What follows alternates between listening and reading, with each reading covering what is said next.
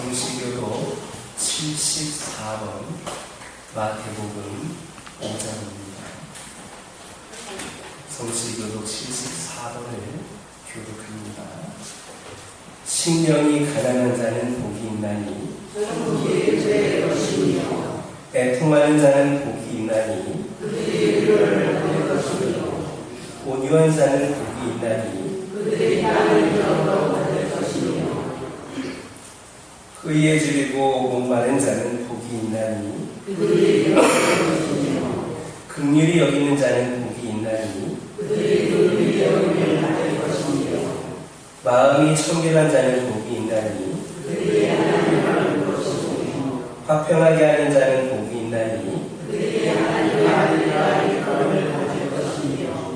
의를 위하여 박해를 받은 자는 복이 있나니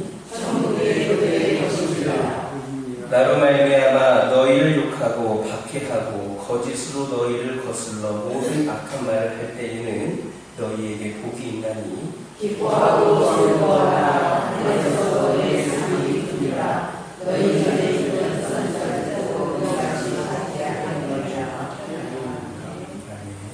사도신경으로 신앙 고백하십니다.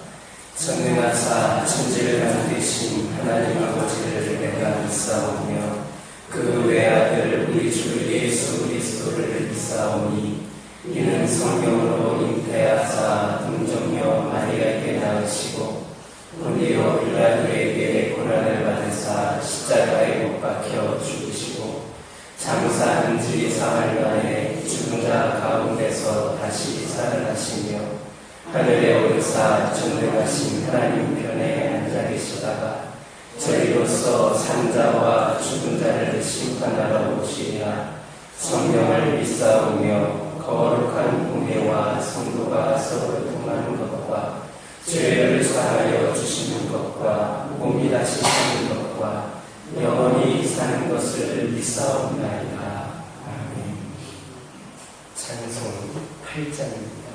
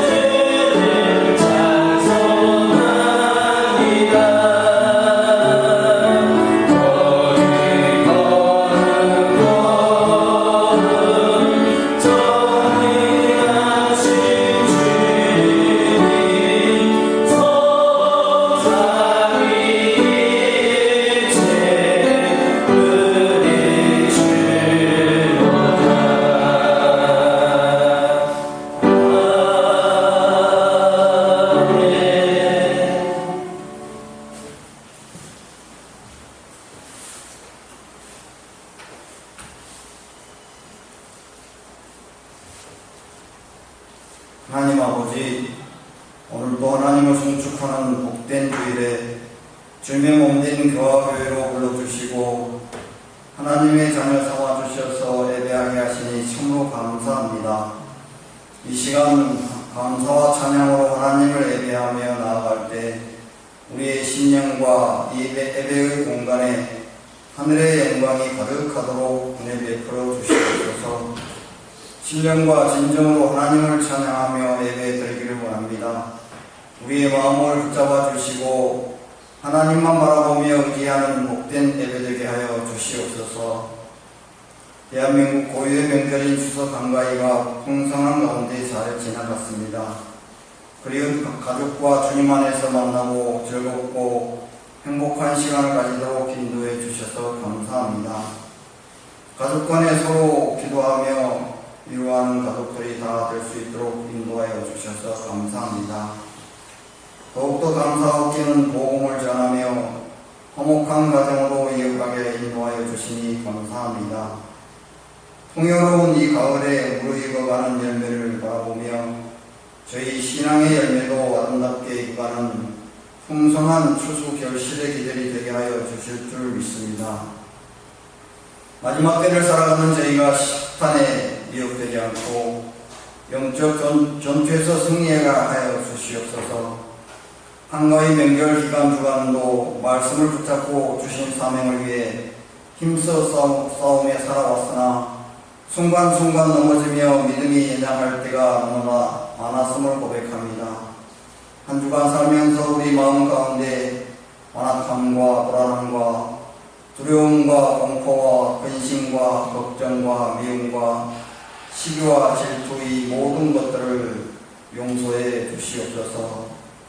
주님의 몸된 교화교회를 사랑하시는 주님, 영육간의 시험이 많은 세상에서 성령의 능력으로 담대히 이겨낼 수 있는 저희가 되게 하여 주시옵소서. 교화교회에 속한 권속들이 더욱 기도에 힘쓰는 신령들이 되게 하시고 복음 전파의 사명을 잘 감당하게 하여 주시옵소서.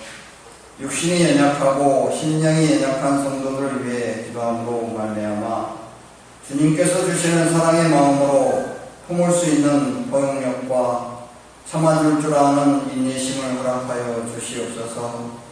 그리하여 한마음 한뜻으로 주님의 몸된 교화교회를 든든히 세워나가는 저희가 될 수 있도록 인도하여 주시옵소서. 하나님 아버지, 성도들의 건강과 안전을 위하여 기도합니다. 영육간의 아픔 중에 있는 성도들에게는 이 시간 전해지는 생명의 말씀으로 뼈와 라파 하나님께서 치유하여 주시고 건강하게 회복될 수 있도록 허락하여 주시옵소서. 내가 사망의 음침한 골짜기로 다닐지라도 해를 두려워하지 않을 것은 주께서 나와 함께 하시니라. 주의 지팡이와 막대기가 나를 아니하시나이다 고백하며 나아갔던 다윗처럼 심한 폭풍으로 말미암아 어려움을 겪고 있는 수재민들을 위로하여 주시옵소서. 또 아직도 이스라엘과 팔레스타인, 러시아와 우크라이나, 아프리카 국가들의 쿠데타, 중국의 영토 분쟁 등으로 죽어가는 영혼들을 불쌍히 여기시고 분쟁과 전쟁이 사랑의 주님 안에서 평화롭게 어서 속히 종식되어 지구촌이 선의의 경쟁으로 이어지게 역사하여 주시옵소서. 창조절 넷째 주일 이 시간 참 믿음의 사람이라는 주제의 말씀을 선포하게 하신 하나님 아버지, 주님 보내신 사자를 능력의 장중에 품어 주시옵소서. 영육간의 건강한 목재로 하나님께는 영광이요 말씀을 듣는 저희에게는 하나님의 크고도 놀라운 위로와 회복의 역사를 이루가게 허락하여 주시옵소서.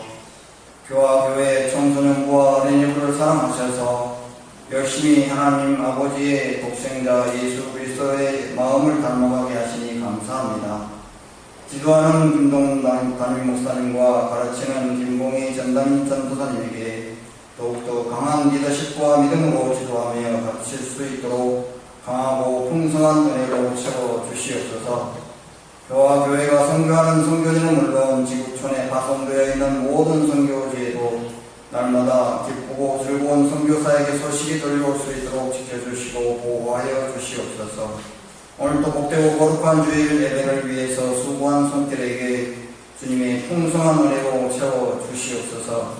하나님 아버지의 은혜와 소망의 등대가 되는 교화 교회 되기를 인도하시는 성령님의 이끄심과 회복을 넘어 부흥으로 이루어가기를 원하시는 존귀하신 예수 그리스도의 이름으로 기도하옵나이다.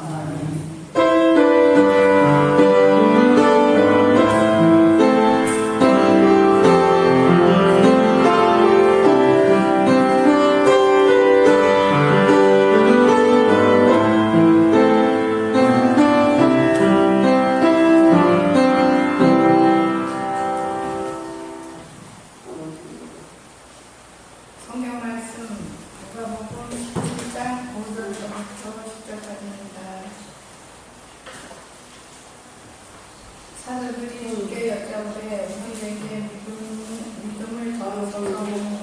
주께서 이르시되 너희가 저같이 하나님만한 믿음이 있었더라면 이 뽕나무더러 뿌리가 뽑혀 바다에 심기거나 하였을 것이요 그것이 너희에게 순종하였으리라.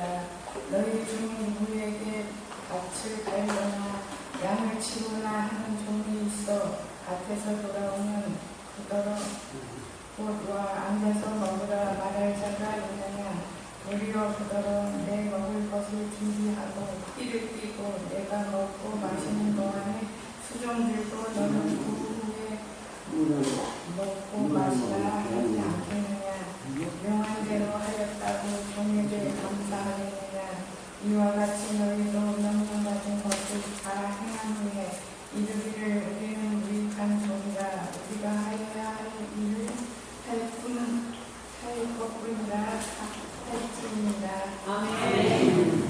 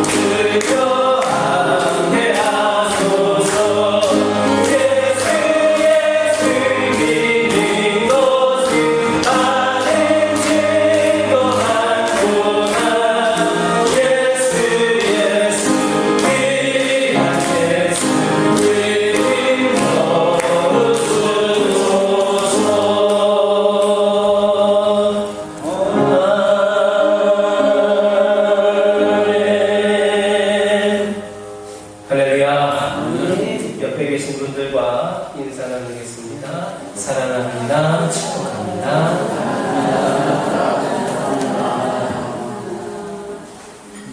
한번 인사 나누겠습니다. 오늘도 은혜 많이 받으시기 바랍니다.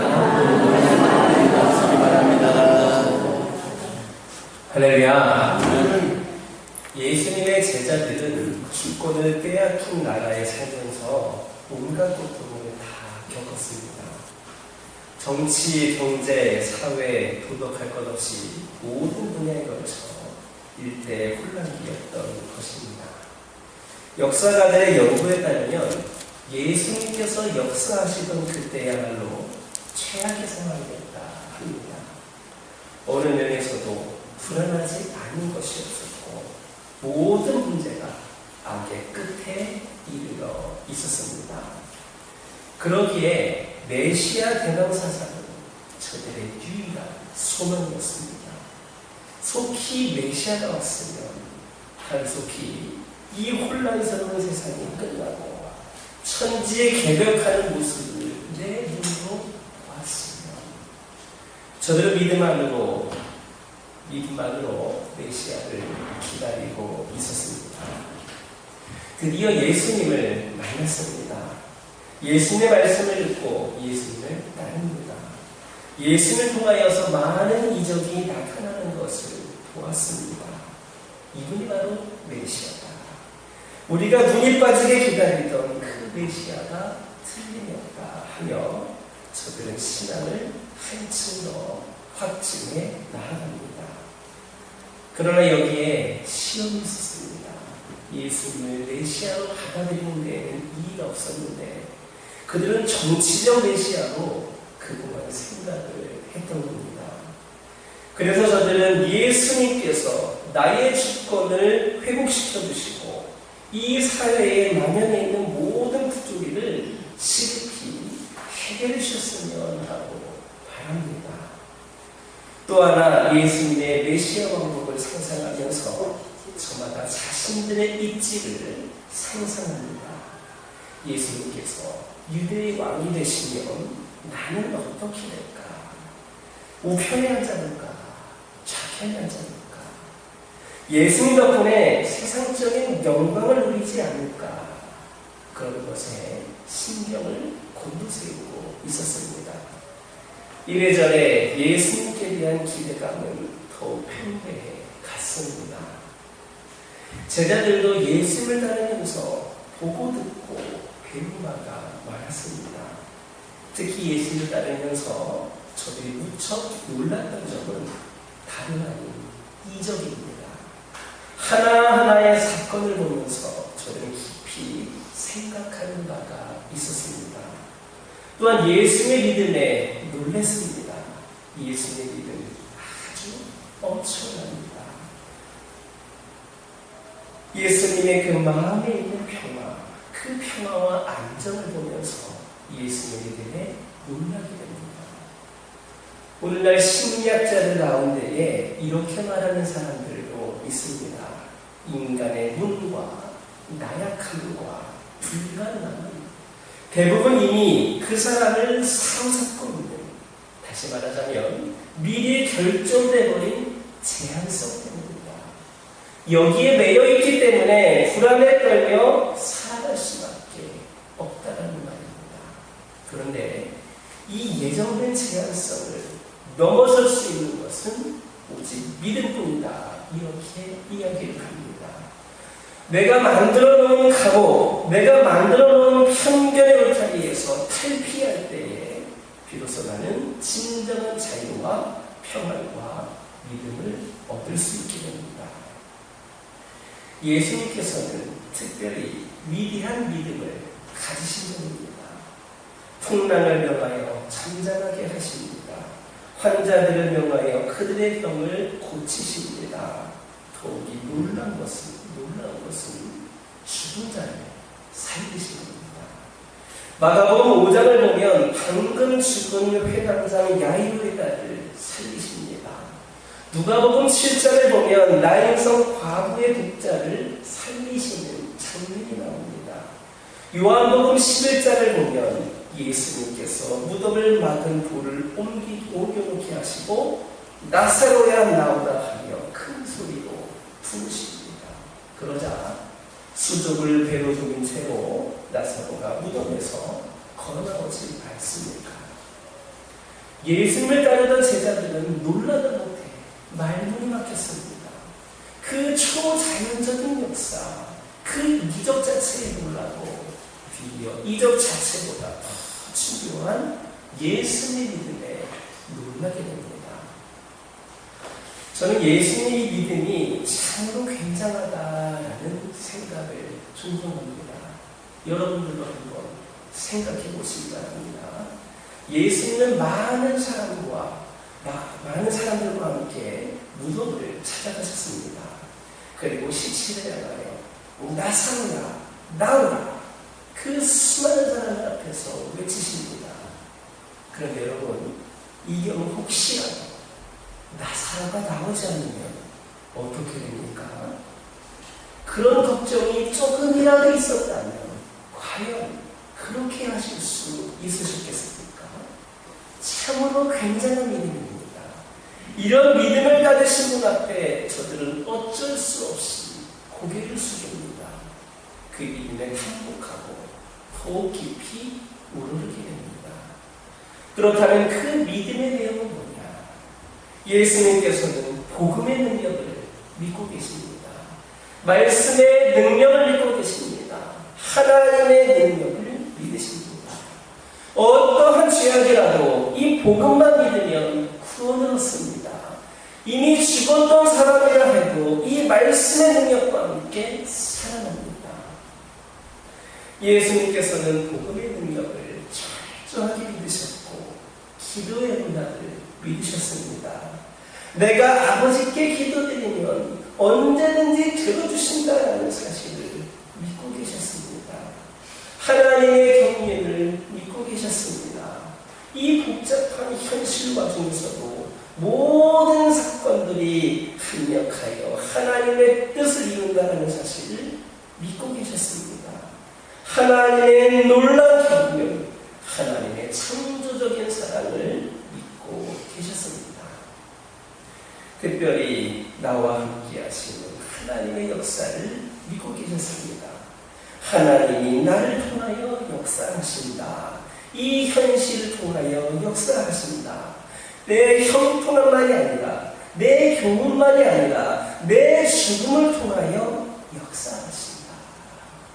이런 하나님의 능력을 확실하게 믿고 계셨습니다. 그래서 풍랑 속에서도 그물에 누워 평안히 주무실 수가 있었습니다. 그 배가 파손된 배가 아니다라는 것을 알고 계셨기 때문입니다. 하나님께서는 하시고자 하시는 일을, 하나님께서 하시고자 하는 일은 반드시 이루어져야 했기 때문입니다. 벌벌 떠는 제자들을 보고 어찌하여 무서워하느냐, 믿음이 있었던 자들아 하시며 바다를 사는자렇게 하십니다. 뿐만 아니라 예수님께서는 무한한 안정과 평안이 있었습니다. 용기가 있었습니다.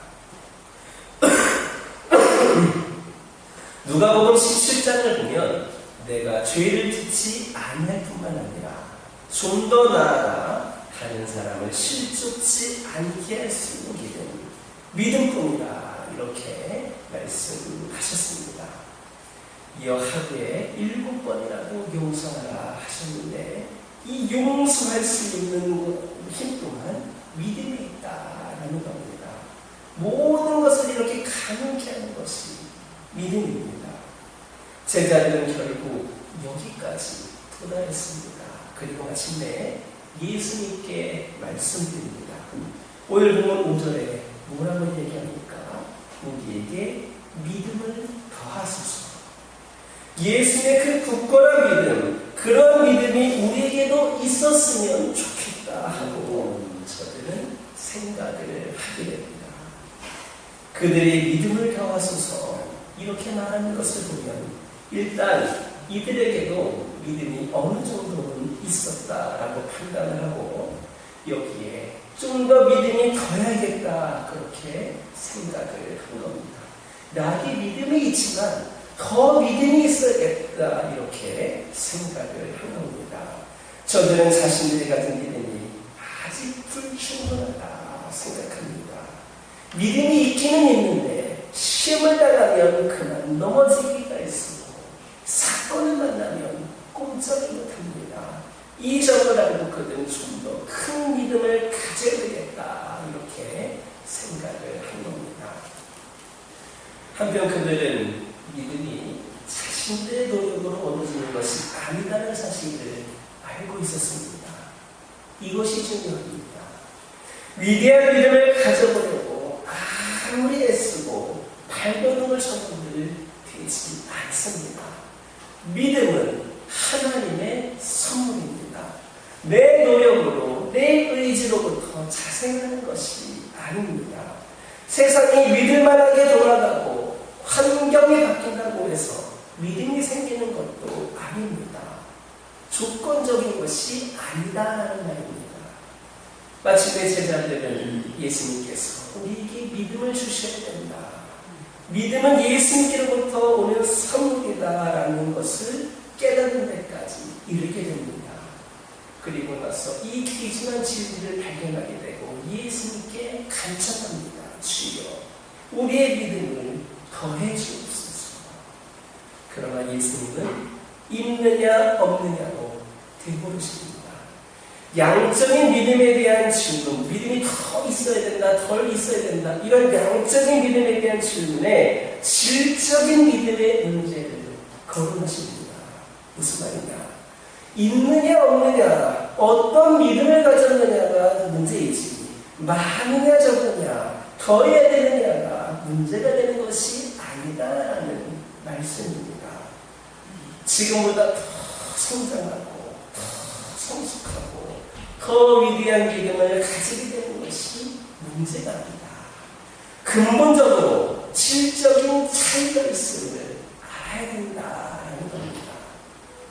참으로 믿느냐라고 되물으시면서 큰 믿음에 관심이 쏠려있던 제자들에게 진실을 묻고 계십니다.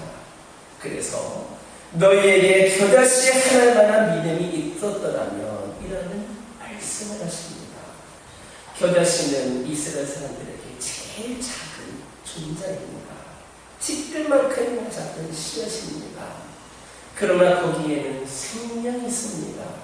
예수님께서는 이 비유를 통하여서 있느냐 없느냐, 비록 겨자씨만한 믿음이라도 있다면 문제가 안 된다. 작아서가 아니라 없어서가 문제 아니냐라고 말씀하시는 겁니다. 이것이 바로 말씀의 유지입니다. 작을지언정 그것에는 반드시 생명이 있어야 됩니다. 살아있어야 됩니다. 죽은 것은 소용없습니다. 살아있는 믿음, 살아있는 생명력, 이것을 묻고 계십니다. 살아있는 생명은 언제나 성장할 수 있습니다. 힘을 나타냅니다. 능력을 동반합니다. 여러분도 아시지 않습니까? 한겨울이 지나고 봄이 돌아오면 얼었던 땅에서 다시 새싹이 돋아납니다.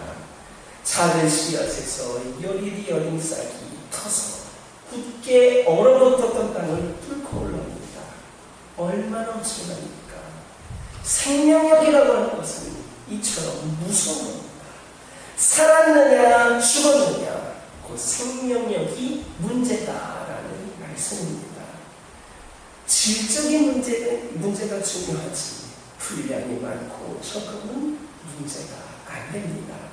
생명은 필연적으로 성장하게 되어 있습니다. 승리하게 되어 있습니다.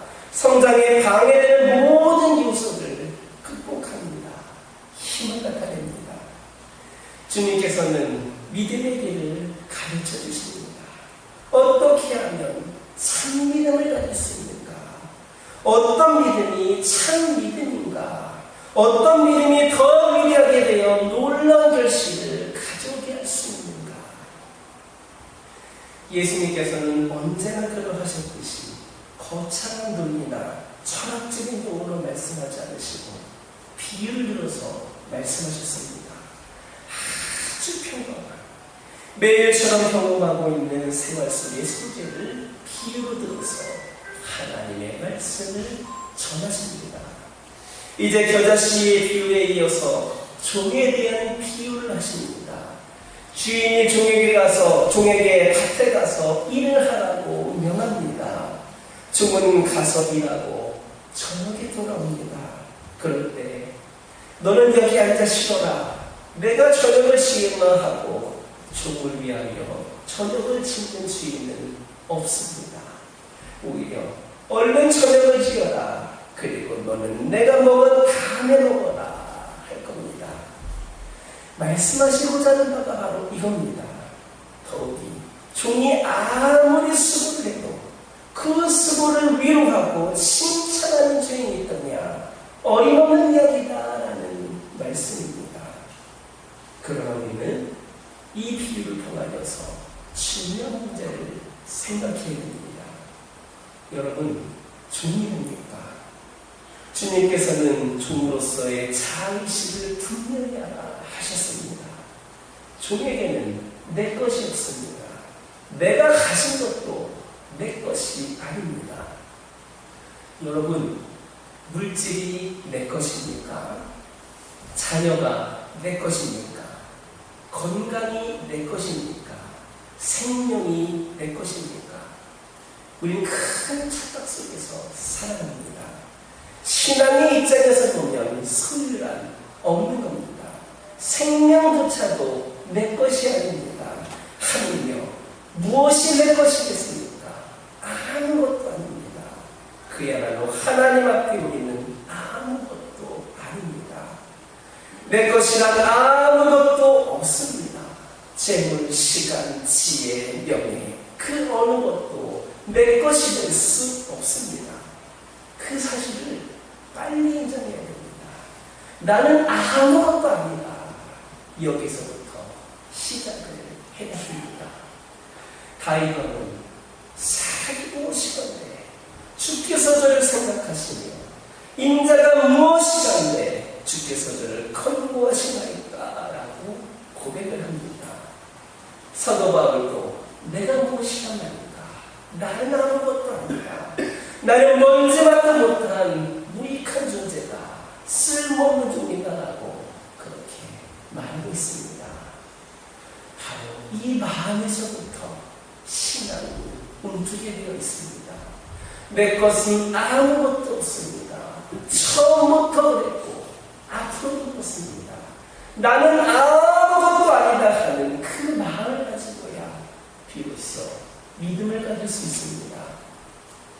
아마 여러분이 전도를 해보셨으면 아실 겁니다.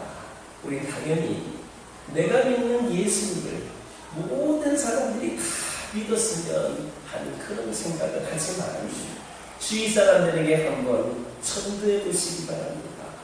선뜻 믿어줍니까? 믿지 않는 이유가 뭡니까?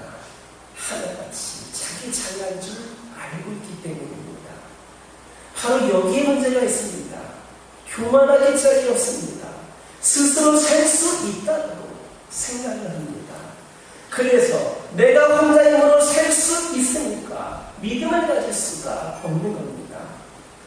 또한 나에게 목적이 될 수 내가 내 자신이 목적이 될 수 없다는 것도 깨달아야 됩니다.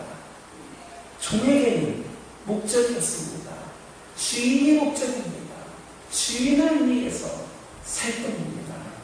나를 위해 살 수도 죽을 수도 없습니다. 결국 우리는 하나님의 영광을 위하여 살 뿐입니다. 우리 자신을 위해서는 아무것도 없습니다. 원래 그렇습니다. 반드시 그래야 됩니다. 이것이 종된 자의 좌표입니다.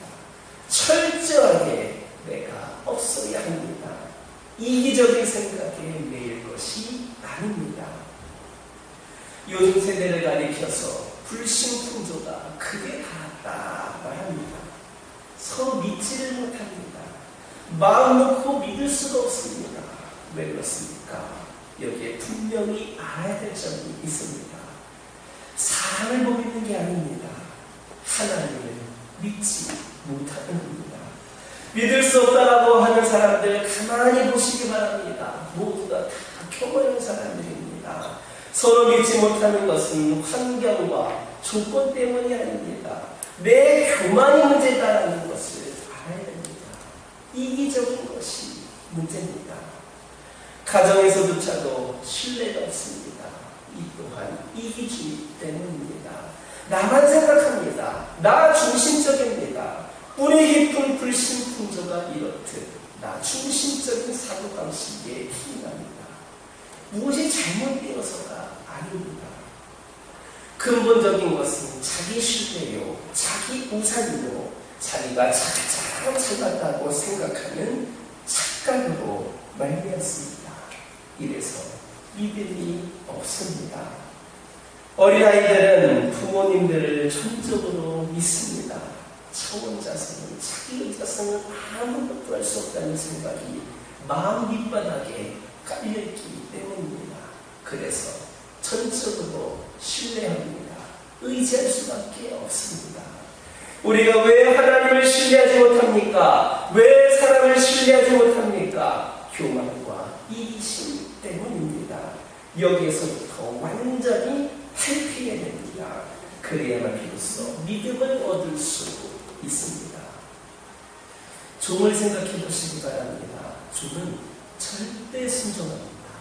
절대 충성합니다. 절대 신뢰합니다. 주인의 말에 이유를 달지 않습니다. 그대로 순종합니다. 어떤 사람이 절벽위를 지나가다가 그만 실족을 해서 밑으로 떨어졌습니다. 떨어지던 중에 다행히도 나뭇가지 하나를 붙들게 됩니다.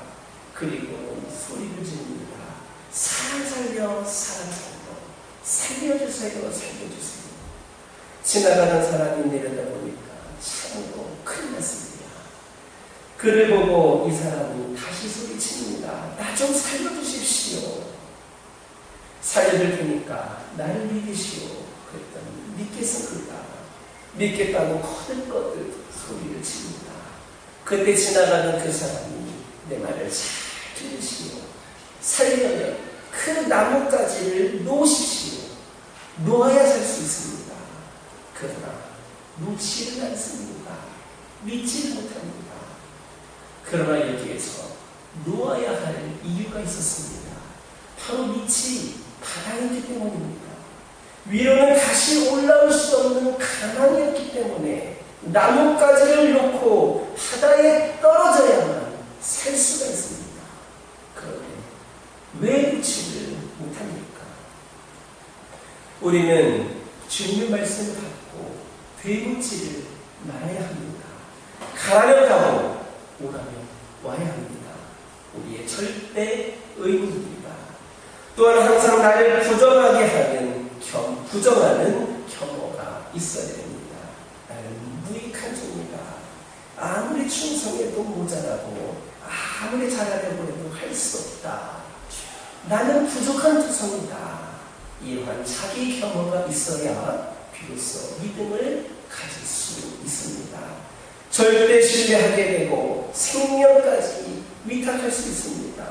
하나님 안에 있는, 그냥 내가 아닌 하나님 안에 있는 나를 믿습니다.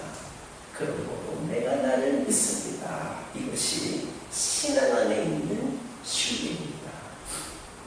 오늘 본문에는 예수님께서 강하게 지적하신 말씀이 있습니다. 보상을 바라는 믿음이 없어야 된다는 겁니다. 세상에서 제일 불행한 사람은 보상에 많은 신경을 쓰는 사람입니다.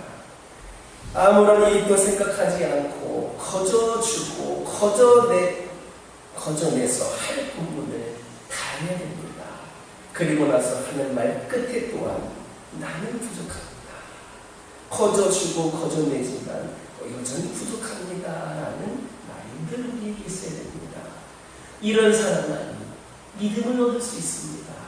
우리는 즉각적인 보상을 바라지 말아야 됩니다. 삭슬 누릴 것도 받을 것도 아닙니다. 믿음의 역사를 내 교만의 계기로 삼을 것도 아닙니다. 그저 내 본분을 다할 뿐이고 보상을 바라는 기대감을 완전히 내 마음속에서 지워버려야만 비로소 믿음이 있게 됩니다. 교회도 그렇습니다.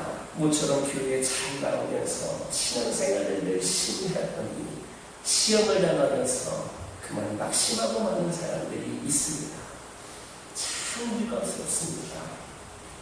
그 시험의 종류가 많고 자기 딴에는 특별한 이유다라고 생각을 하지만 목회자의 입장에서 볼 때면 대부분 한 가지입니다.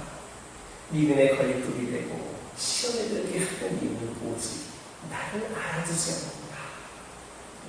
결론은 나를 알아주지 않는다는 겁니다. 결국에 나를 알아달라는 표현입니다. 교회에 6개월이나 나갔는데 악수를 전하는 사람이 하나도 없더라. 내 이름조차 불러주는 사람도 없더라. 목사님도 나를 별로 아는 척 해주지 않는 것 같더라. 나를 좀 알아달라는 겁니다. 보상을 바라는 마음입니다. 조금이라도 선한 일을 하게 되면 미리부터 나발을 불면서 알아달라고 하는데 다 알아줄 수가 없습니다. 결국에는 시험에 빠지고 맙니다. 하나같이 내가 문제입니다. 보상을 바라는 한 믿음은 자라지 않습니다. 아주 뚝 떼어버려야 합니다. 남이야 뭐라고 하든 알아주건 알아주지 않든 상관할 것이 없습니다. 떼어버리지 않고는 절대로 믿음이 없음을 알아야 하겠습니다. 가장 어리석은 사람은 교만한 사람입니다. 가장 약한 사람은 믿음이 없는 사람입니다.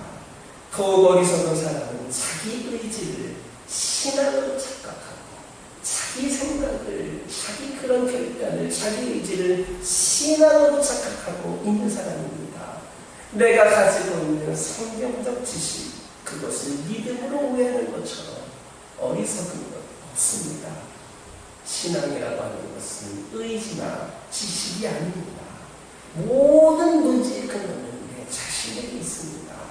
나 자신의 문제를 하나님 앞에서 어떻게 완전히 부정할 수 있는가? 여기에 달려 있습니다.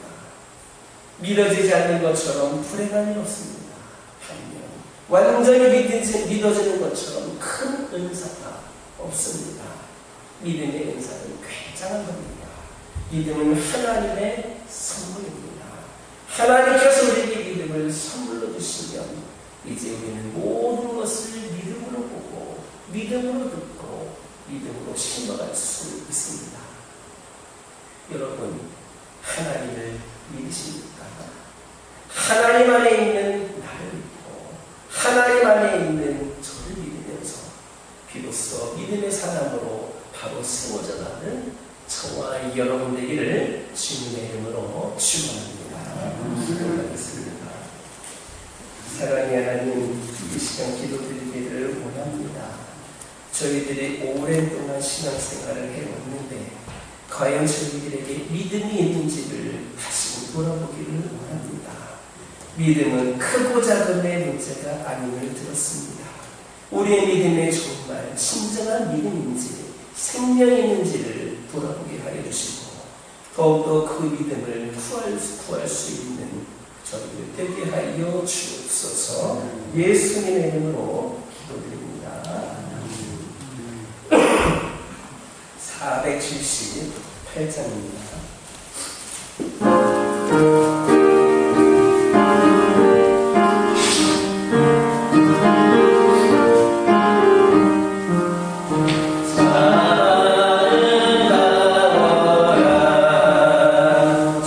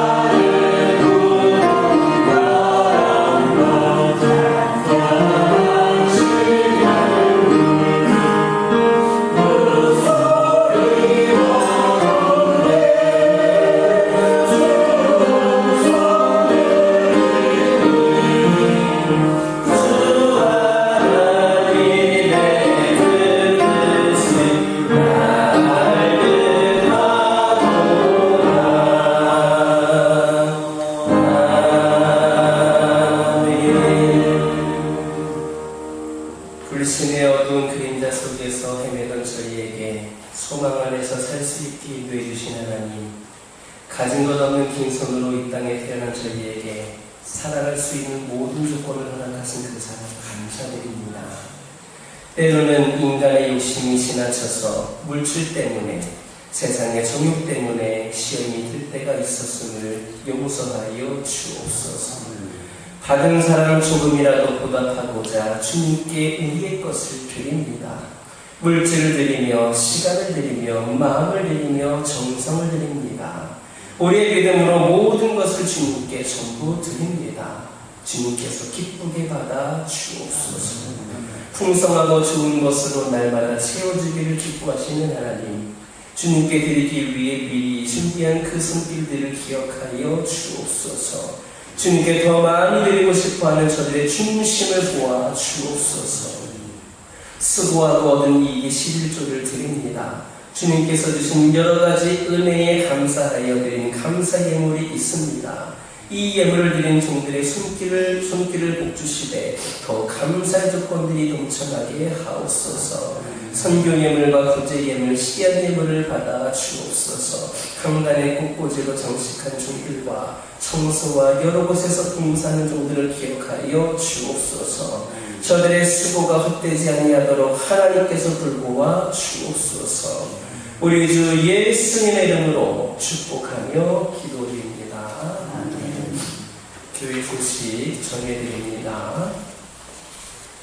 오늘 점심 식사 후에 남신도회 원례가 있습니다. 한국기독교장로회 제109회 총회가, 우리 교단에서 되는 총회가 1년에 한 번 진행이 되는데 1년의 모든 살림살이와 모든 것들이 결정이 되는 그런 날입니다. 여러분들 이 총회가 은혜 가운데 잘 마무리될 수 있도록 기도해 주시기 바랍니다. 나머지 목회 일정은 주보를 참고해 주시기 바랍니다. 옆에 계신 분들과 인사 나누겠습니다. 한 주간에도 승리하시기 바랍니다. 항상 기뻐하시기 바랍니다. 감사하는 한 주가 되시기 바랍니다. 다 같이 일어서셔서 주기도 음성으로 하나님께 영광을 드립니다.